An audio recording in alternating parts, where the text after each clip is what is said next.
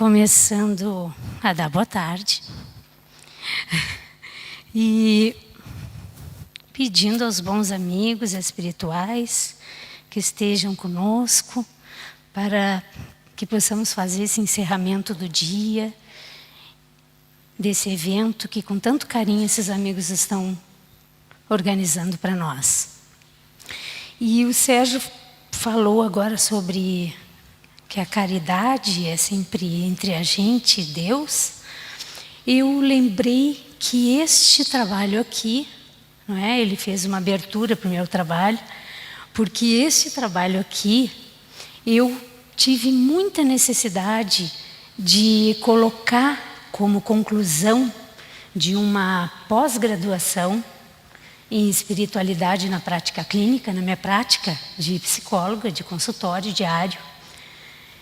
É um trabalho de conclusão, mas quando eu fiz ele, eu apresentei em vários lugares, mas eu não tinha me dado conta por que eu fiz ele, por que eu fiz, por que eu quis colocar no papel esse tipo de trabalho que ninguém vê e que é real e que acontece. E eu vou contar uma coisa para vocês. Quando nosso filho nasceu, é um menino que hoje em dia tem 19 anos, ele com 19 dias de vida, eu fui fazer a revisão achando que estava tudo bem, e o médico disse assim: vamos para UTI, que o teu filho está mal.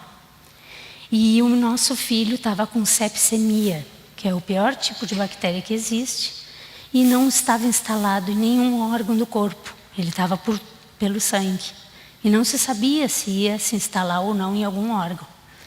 E foram mais ou menos uns 45 dias que cada gota que entrava naquele corpinho pequeno, nós implorávamos para Deus para que aquele bebê ficasse com a gente.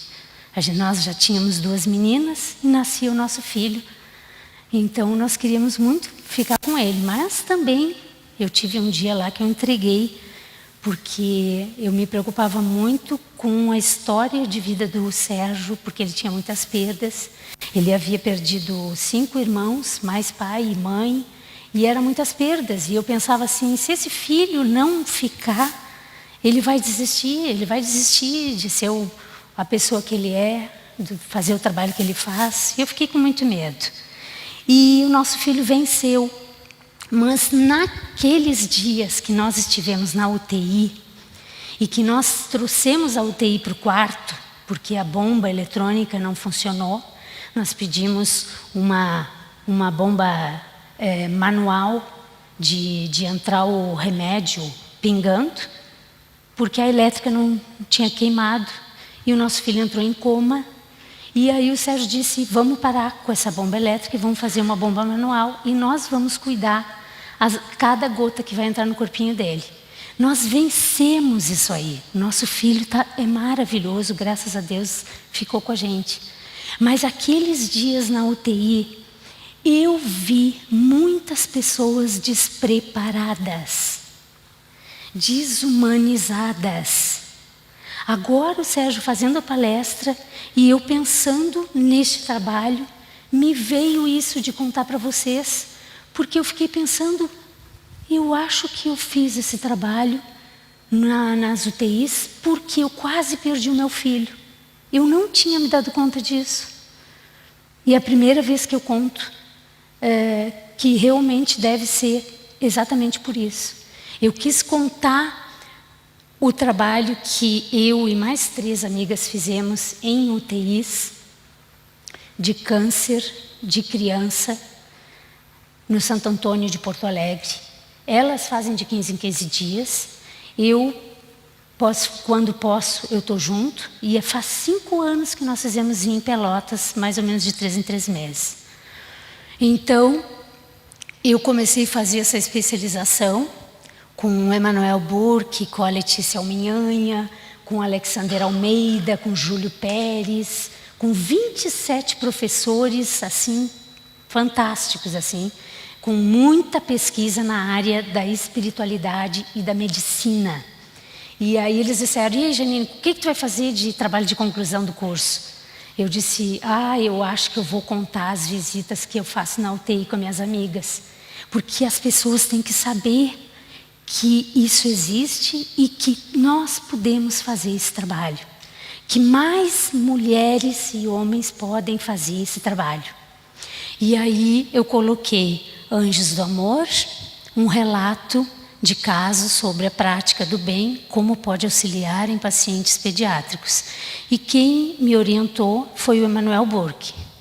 Então, na introdução do trabalho, o que nós colocamos?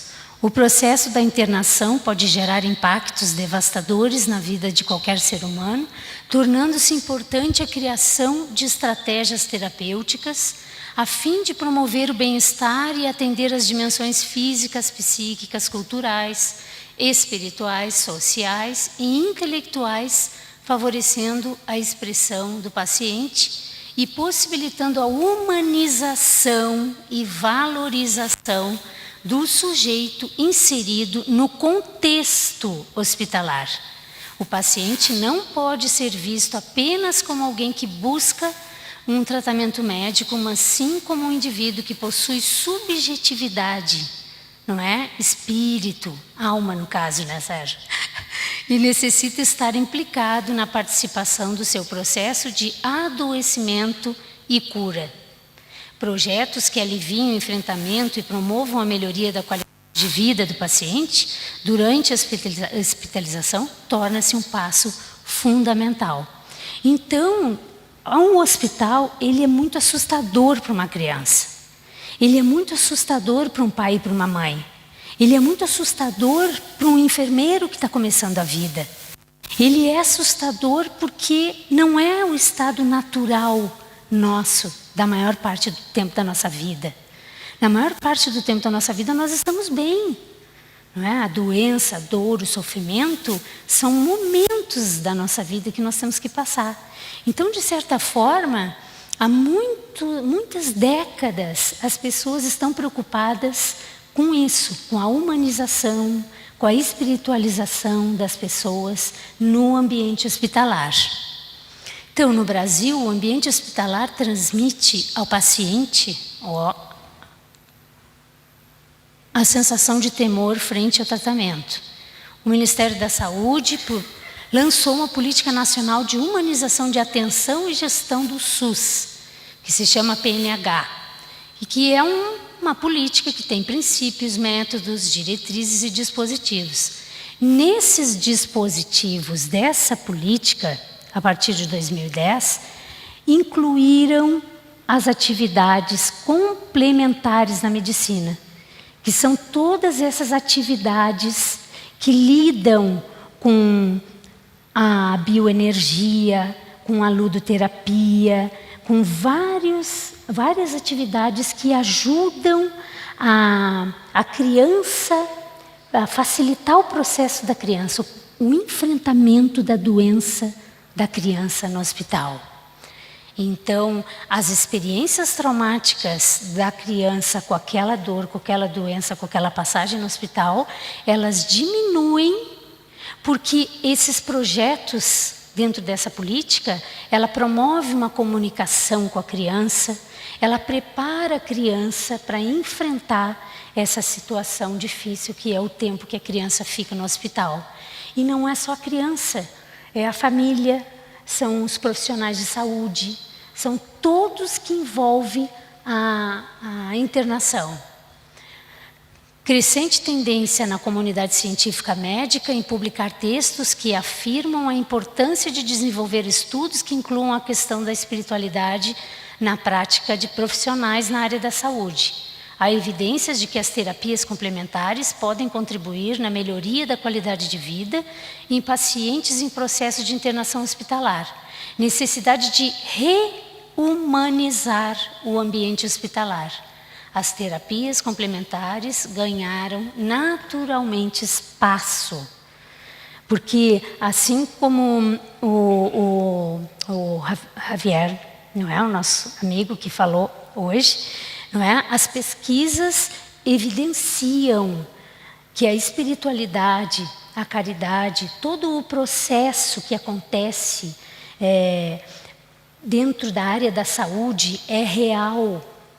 Nós visitamos nas UTIs infantis os bebês. Quando nós chegamos e colocamos as mãos na incubadora, silenciosamente nós começamos a fazer prece. Todos os aparelhos de pulmão, de coração, de capacidade, a gente não é médico, né? A gente não sabe, mas a capacidade pulmonar, o coração, tudo melhora. A Letícia Alminhanha, que fez a minha co-orientadora do trabalho, ela ficou assim, Marjanine, tu tem que continuar nisso, tu tem que botar essas pesquisas, isso que tu viu, tu tem que colocar mais no papel.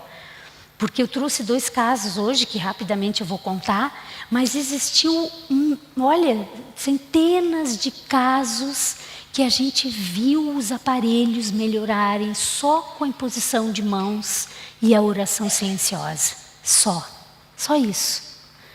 E eu tenho um outro trabalho paralelo na minha casa espírita, que se chama Pronto Socorro. Nós saímos todas as segundas-feiras, eu e 2 senhoras ou 2 senhores, e nós vamos a 5 leitos de hospital ou de lares. E acontece a mesma coisa. A pessoa diz assim, vocês não têm noção como eu venho melhorando com o trabalho de vocês. Inúmeros casos assim. Mas os bebês na UTI é impressionante assim. Claro, já teve outros lugares que eu falei esse trabalho, as pessoas perguntaram, mas e os casos ruins tu não conta? Como é que eu vou contar os bebês que morreram depois que a gente chegou? Morrem, porque é um trabalho de espiritualidade profunda. Nós somos os instrumentos que a espiritualidade maior se utiliza para desligar os fios de prata que está nos livros que a gente estuda da doutrina. Então, inúmeros casos que a gente chegou e fez uma prece, o bebê desencarnou. E com o tempo, bem no início, lá em Porto Alegre, há 23 anos atrás, as minhas amigas contaram que teve alguns médicos que não queriam que elas fossem mais. Porque se deram conta que toda vez que elas iam, mais bebês desencarnavam. E desencarnavam mais rápido. E então, com o tempo, hoje em dia, depois de 23 anos de UTI, os médicos telefonam para ela. Porque os médicos veem que aquela ligação da mãe, dos parentes, seguram os vínculos, seguram o sofrimento daquele espírito. Então, esse trabalho aqui é um trabalho muito delicado e muito profundo. A gente tentou colocar num papel, mas é muito mais do que a gente relata aqui, não é? Então, o lúdico com a criança no hospital auxilia no desenvolvimento físico, psicológico, social e moral, permite autoobservação, libera temores, raiva, frustração e ansiedade, auxilia a evidenciar seus pensamentos e sentimentos, proporcionando satisfação, diversão e espontaneidade. Por quê? Porque no lúdico, a criança vai montar historinhas. Nós contamos historinhas. Elas se identificam ou com o vilão, não é? Elas se identificam com os personagens da história. Elas entendem o processo delas de sofrimento através das histórias. Então, tem todo um porquê, uma razão, não é? Do lúdico para a criança no hospital.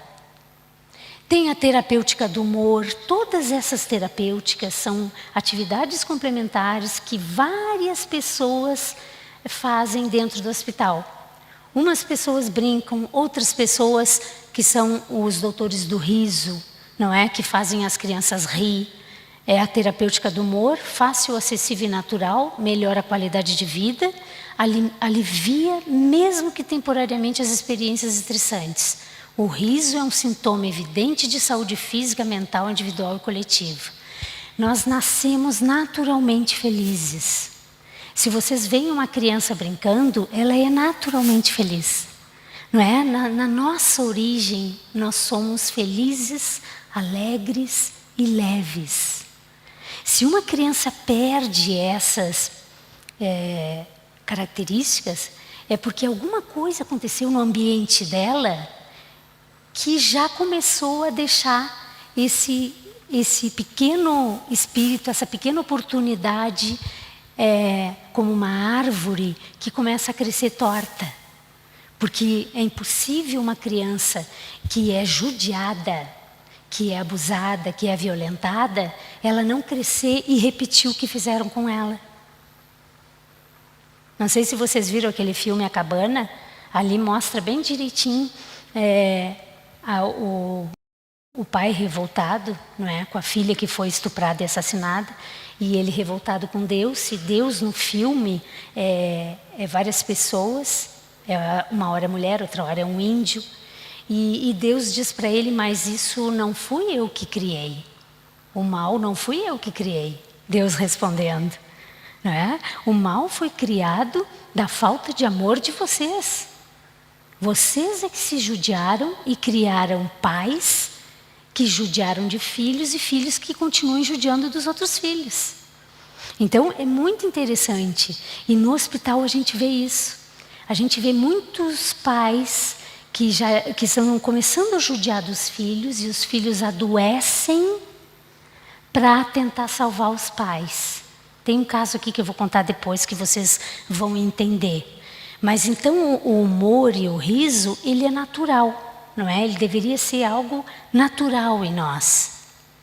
E nós nos espelhamos, né? Nos inspiramos nos doutores do riso, a ONG que é uma ONG sem fins lucrativos, que promove as relações humanas, aplica as técnicas de humanização hospitalar, e a missão dos doutores do riso, que não é o que a gente faz, mas nós nos inspiramos, é levar alegria, amor, paz e esperança a inúmeros hospitais, asilos, orfanatos, por meio de doutores palhaços especialmente treinados.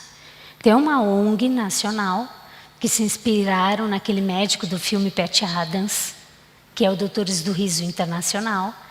E quando as meninas começaram a fazer esse trabalho, elas começaram no Hospital Santo Antônio de Porto Alegre, na ala psiquiátrica, e em seguida essa ala psiquiátrica começou a pedir que elas fossem na ala infantil de oncologia.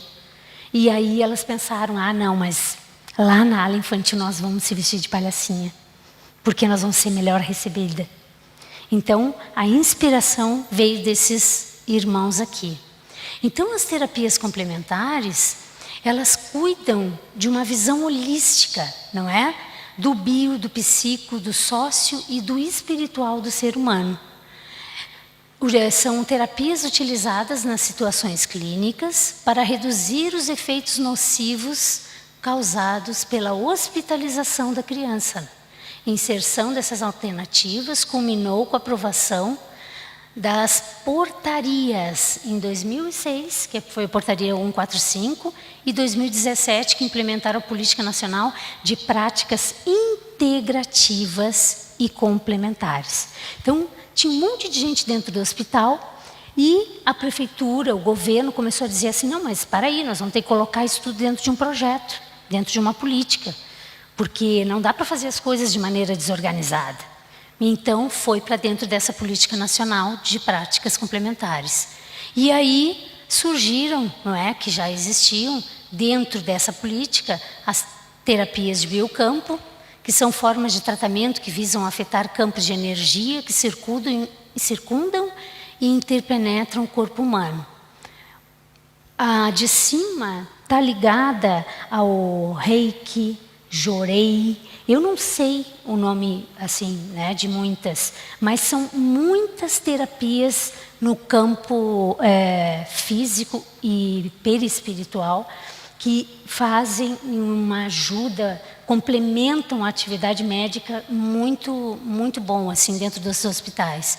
E o passe espírita, uma das terapias de energia mais utilizada, uma transfusão de energia psíquica retirada do reservatório ilimitado das forças espirituais. Então, Anjos do Amor, que é o relato que eu quero contar para vocês, é com essas meninas aqui da foto, a Adriana, a Rita e a Zoraide, e foi um trabalho inspirado pelo trabalho dos doutores do riso, aliados ao acolhimento espiritual, interesse comum de fazer o bem e a melhoria da qualidade de vida de pacientes pediátricos internados.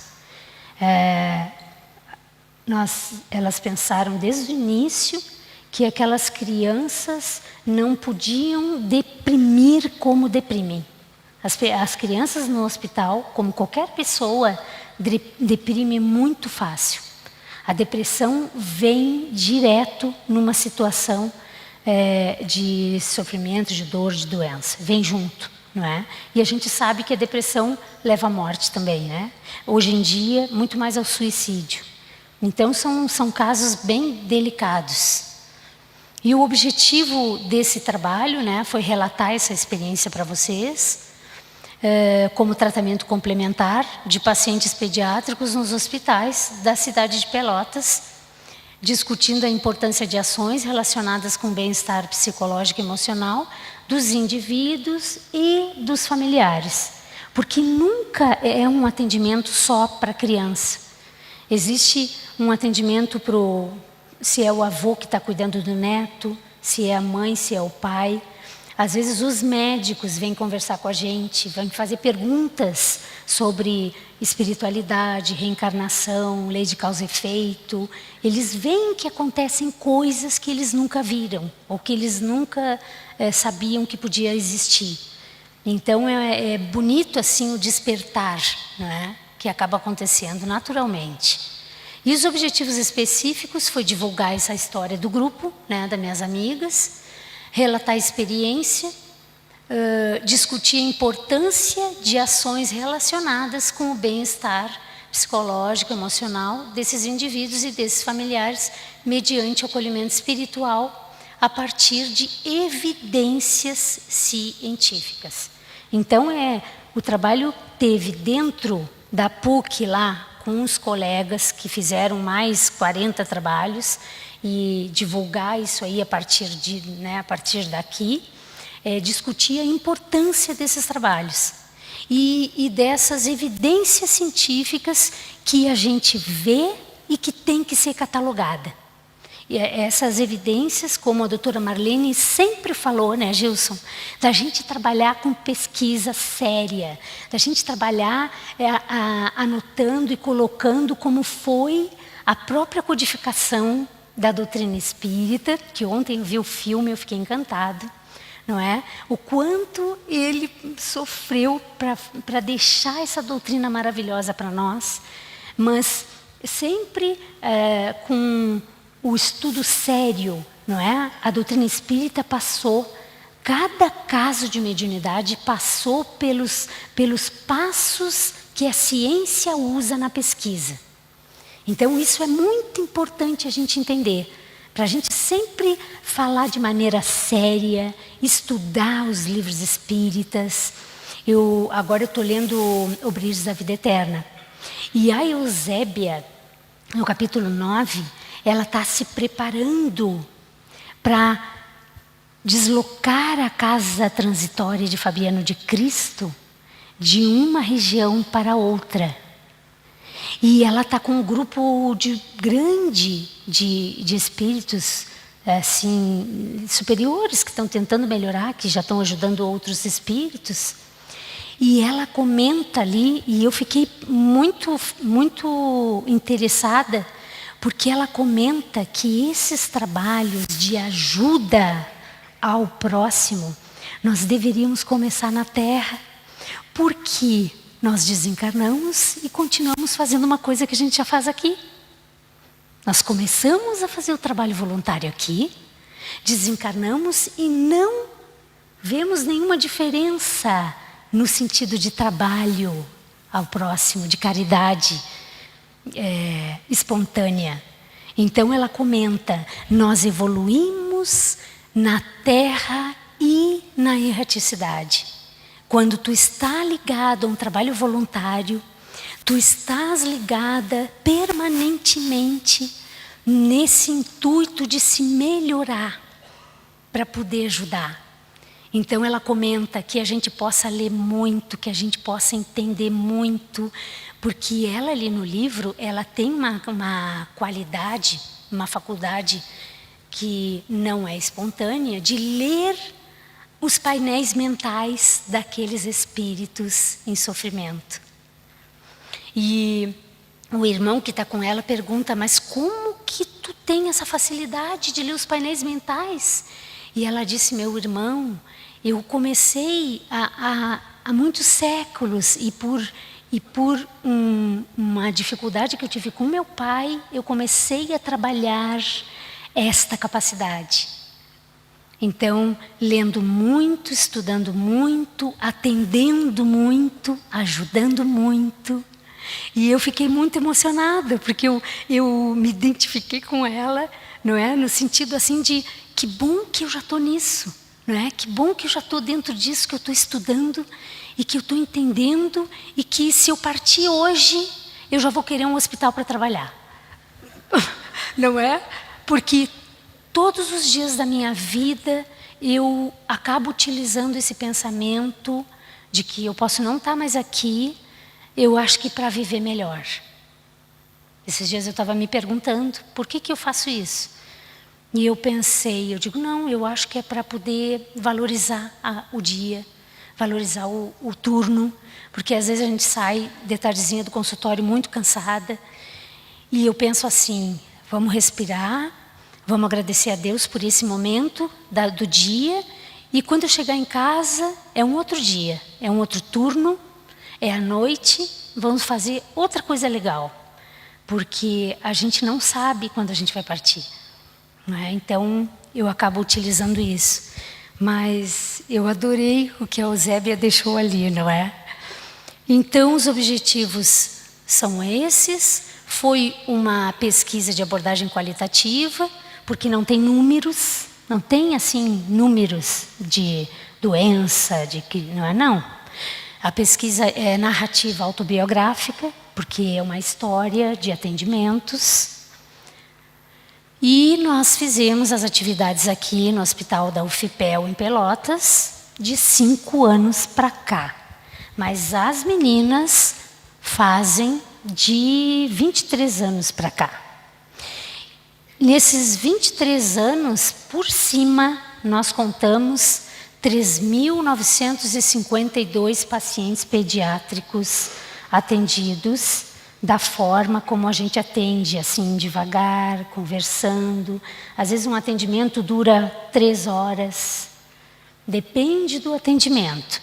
Então a abordagem é o diálogo, é a oração e o amor, né? E ali estão as 3 amigas, a Rita, a Adriana e a Zoraide. E elas criaram uma ONG, porque dentro do hospital, as pessoas que vêm do interior para Porto Alegre na UTI de câncer infantil, elas vão com a roupa do corpo. Sem roupa para trocar, sem comida, sem dinheiro. E lá internam seus filhinhos morrendo. Então as gurias montaram a ONG Raios de Sol, se vocês quiserem entrar no Facebook para ajudar. E elas viajam o Brasil inteiro em feiras de artesanato, vendendo esses marcadores de livro, vários produtos, sachês, vários produtos que elas fazem. Então, o início do trabalho foi há 23 anos atrás, com a Adriana, a Rita e a Zoraide. Era numa creche, inicialmente, em Porto Alegre, de crianças, filhos de catadores de lixo. Depois, elas foram para um projeto na Alvorada, que era de idosos. Depois elas foram para o Santo Antônio, para uma ala psiquiátrica. E da ala psiquiátrica, em 2001, elas foram convidadas para trabalhar na oncologia do Santo Antônio, infantil. E aí, mais ou menos em 2003, não tenho certo, eu fui em Porto Alegre, num congresso como esse. O Sérgio estava falando e as meninas estavam sentadas assim, né? E o Sérgio disse que olhava daqui, né? e via uma luz naquelas 3. Enxergava uma luz, assim. E quando terminou a palestra, eu estava do lado do Sérgio, e elas foram me abraçar. E o Sérgio que tinha feito a palestra. E o Sérgio ficou olhando assim, elas indo me abraçar, né? E aí elas disseram, não, nós identificamos na tua esposa uma pessoa que pode nos ajudar. E eu nunca tinha visto elas. E o Sérgio contava uma história na palestra da flor do cactus que elas tinham desenhado no guarda-pó de palhacinha. Tinha um envolvimento espiritual para eu fazer parte desse trabalho que a gente não tinha noção. Nós não temos noção o que a espiritualidade trabalha permanentemente para o nosso bem. Nós não temos noção o que nós recebemos de bênçãos. O que os nossos mentores não descansam intercedendo por nós. Então, foi muito bonito a maneira como eu conheci elas, né? E aí elas me convidaram para fazer esse trabalho de 15 dias lá em Porto Alegre, que quando dava, eu ia a Porto Alegre e fazia visitação com elas e fui me preparando, porque a Adriane e a Zoraide, de 5 anos para cá, elas foram morar em Pelotas, e por isso que nós estamos fazendo em Pelotas também. Então, é essa a nossa história, né? Então, elas conseguem, com a venda desses marcadores de livro, a obtenção da estrutura material para a higiene dos pacientes, cadeira de roda, cama de hospital, que às vezes falta para mãe e para pai. E muito material de higiene falta no hospital. Aqui em Pelotas, na FAO, tinha uma criança que foi largada pelos pais, doente, fazia 4 anos que estava no hospital. E não tinha fralda, ela tinha uma doença neurológica que fazia tudo em cima da cama, né, as necessidades fisiológicas. Então ela precisava de muita fralda de adulto, precisava de muita coisa, ela era muito grande. E aí, seguido, a gente faz campanhas para conseguir as coisas lá em Pelotas também. Então, existe uma preparação na UTI para ir na UTI. Não é assim. A gente não entra na UTI assim porque quer fazer o bem ou porque quer ajudar. Então, existe um curso de 4 meses de treinamento, de curso de preparação para o voluntariado, que é fornecido pelo SESC no Santo Antônio, em Porto Alegre. E um curso de ambientação hospitalar, que é de 2 semanas, com os conceitos mínimos sobre a saúde, sobre as doenças infecciosas, não é? E uma abordagem de higiene e preparação para entrar na UTI mesmo, não é? E esse trabalho, ele é pioneiro em acolhimento dentro de UTI infantil em oncologia. Esse trabalho, ele é único no que ele se propõe e no que ele faz. Ele é pioneiro. Não é? Então, as visitas são marcadas com antecedência, com o profissional responsável pelo projeto de humanização do hospital, lá na FAO é a Carla, não é? Com antecedência de 2 meses tem que marcar. Reunião de 2 horas antes das visitas para montar o figurino, cantar as músicas para harmonizar o trabalho. É lá em casa, quando acontece, as gurias, nós começamos o trabalho às 2 da tarde, ao meio-dia elas já vão lá para casa e a gente começa a pintura, que tem a pintura do rosto, e a espiritualidade já mandou nos dizer que nesse momento que a gente vai começar a pintar o rosto, a espiritualidade já começa uma higienização e um preparo energético, vibracional, para que a gente saia junto com essa equipe que trabalha junto com a gente espiritual. E a música é a do Gonzaguinha, aquela eu fico com a pureza da resposta das crianças, é a vida, é bonita e é bonita. É essa música. Então é muito bonita a vibração. É muito legal.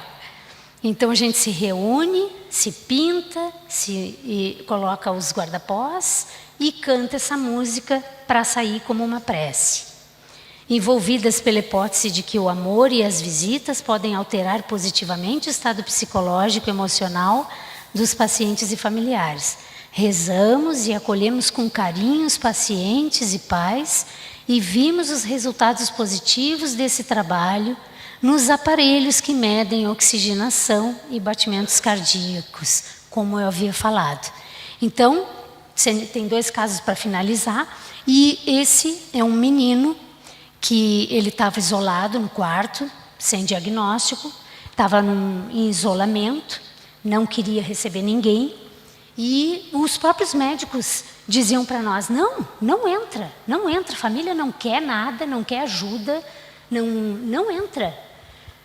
E aí a Adri disse, vamos fazer uma prece e vamos tentar entrar. E aí, ele apresentava febre alta e estava com um caminho muito ruim, porque ele tinha febre altíssima, ele tinha depressão, ele se negava a abrir os olhos e não tinha diagnóstico.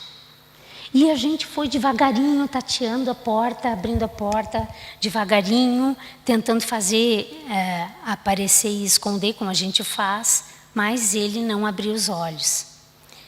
E a gente foi brincando, a avó estava dentro do quarto, não é? As cortinas estavam fechadas, e nós fizemos sinal para a avó que nós ia abrir as cortinas, porque a avó foi deixando, a avó foi fazendo, vão, a avó foi dizendo, e a gente foi entrando. Quando nós abrimos a cortina, ele cerrou mais os olhos ainda, com tipo assim, vão embora, e a gente foi insistindo, foi ficando ali do lado. No momento que a gente chega perto da criança, a gente já vai colocando bem assim, sem ninguém notar, as mãos mais ou menos assim, para falar, e já orando, porque a gente já sabe que o mundo espiritual trabalha os chakras, não é? O passe organiza os chakras. Então, nós somos 4, ficamos 3 orando, impondo as mãos, e a Adri vai falando. E eu tive a intuição de falar com a avó. E aí a Adri foi dizendo para ele que a gente estava ali com amor e carinho, que a gente queria conversar com ele, que a gente estava ali só para ajudar, que a gente não queria atrapalhar. E eu fui conversar com a avó. E a avó me contou que os pais tinham se separado. E aí eu vim para perto da Adri. A Adri viu que eu queria falar com o menino e eu comecei a dizer para ele. Eu disse pro menino, independente do que está acontecendo, né, tu não vai resolver o problema dos teus pais. Eu disse para ele. O que está acontecendo é problema de pai e mãe. Criança brinca, adulto resolve problema. E criança não resolve problemas de adulto. Criança tem que saber que os adultos vão resolver os seus problemas. Assim como o quarto de criança é quarto de criança, quarto de adulto é quarto de adulto. Criança não faz o que adulto faz e não pode estar dentro do quarto de adulto. E tudo, eu conversando com ele, e fui dizendo, coisas de adulto são responsabilidade de adulto, crianças não podem querer resolver essas coisas. Crianças devem se preocupar em brincar apenas. E nós fazendo prece o tempo todo, impondo as mãos o tempo todo, e ele foi devagarinho abrindo os olhos, e o olhar dele era de uma tristeza profunda, mas já com os olhos abertos, chorando o tempo inteiro, e nós conseguimos fazer com que ele prometesse que não ia mais fechar os olhos, que ia voltar a comer, que ia voltar a cuidar da vida de criança que ele tinha, não é? Fizemos ele prometer para a avó e ficamos, eu acho que umas 3 horas ali com ele. E foi muito legal, porque os pais tinham abandonado a criança. Só estava a avó paterna estava ali. E nós fizemos o trabalho e fomos embora. No outro dia, o pai começou a telefonar, porque a gente deixa o telefone, começou a telefonar para a Adriana e começou a dizer o que eu posso fazer por vocês. Porque o meu filho já estava há 10 dias que os médicos já estavam me avisando que ele ia entrar em depressão e que não ia ter o que fazer com ele. O pai, assim, super grato, super grato. Era aqui do Uruguai, queria mandar um carro para nos buscar, porque ele é dono de estabelecimento de comida, queria nos dar pizza, janta, coisa. Mas foi muito bonito o processo, porque a gente não conhece as pessoas e as pessoas não nos conhecem. E eu acho que é isso, assim, né, que o Sérgio falou ali na Madre Teresa de Calcutá. Nós somos uma grande família e a caridade, ela não pode ter nome, ela não pode ter raça, ela não pode ter idade, ela não pode ter cor, ela não pode ter cheiro, não é? E isso é muito legal, assim, né? A gente fazer pelo prazer de ajudar, não mais, não outra coisa, não é? Então é muito bonito os casos, assim. E o Eduardo, que foi internado porque se jogou da janela do 2º andar com uma fronha amarrada no pescoço, pensando ser um super-herói. A enfermeira perguntou se podíamos fazer algo para que ele sorrisse. Difícil a aproximação, né? Porque ele não deixava a gente se aproximar dele. Ele gritava, não entra, não entra, ele dizia. Pois ele não queria que ninguém perto. E ele dizia, eu sou um super-herói, eu vou largar raios, eu vou largar a coisa mais querida. Após algum tempo, ele começou a dar um sorriso, resistindo em baixar a guarda. Mas também estava muito triste. Essa criança também estava deprimida, tentando sobreviver àquilo que ele estava passando. Ó, estou na UTI porque sou super-homem e voei pela janela, caí no chão e me machuquei. O que a gente nota nesses casos das crianças que a gente atendeu? Foram crianças que queriam salvar os adultos. Quando nós adultos não resolvemos os problemas, as crianças adoecem tentando resolver.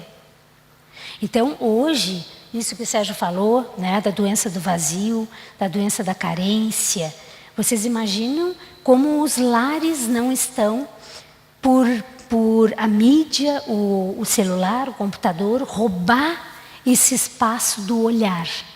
A criança que não é atendida nas suas necessidades, ela vai adoecer, ela vai se machucar para chamar atenção e assim os adultos voltar ao normal, não é? Mais ou menos por aí. Então, enquanto ele falava, nós íamos fazendo carinho, íamos conversando sobre os super-heróis. E aí a Adriana falou para ele, os super-heróis são adultos e demoram muito tempo para aprender a voar. Quando esses super-heróis eram crianças, eles não voavam. Então, vem umas ideias na hora que a gente vê que é do mundo espiritual. Porque é muito bonito, é muito legal, não é? Então, nós falamos para ele sobre esse espaço que a criança tem de brincar, não é? Sem risco, sem perigo, não é? E ele ficou muito à vontade com a gente, depois eu conto o final da história. Não é? Então, no consultório, eu investigo o grau de crença dos pacientes, né?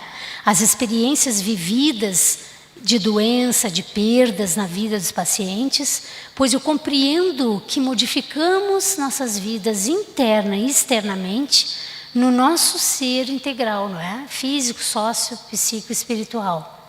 Essa experiência me acrescentou muito como pessoa e como profissional. Ver, sentir, ajudar com oração e acolhimento as mães nos leitos, me fez ver o verdadeiro sofrimento humano e a experiência rica de significado do que é realmente a vida, não é?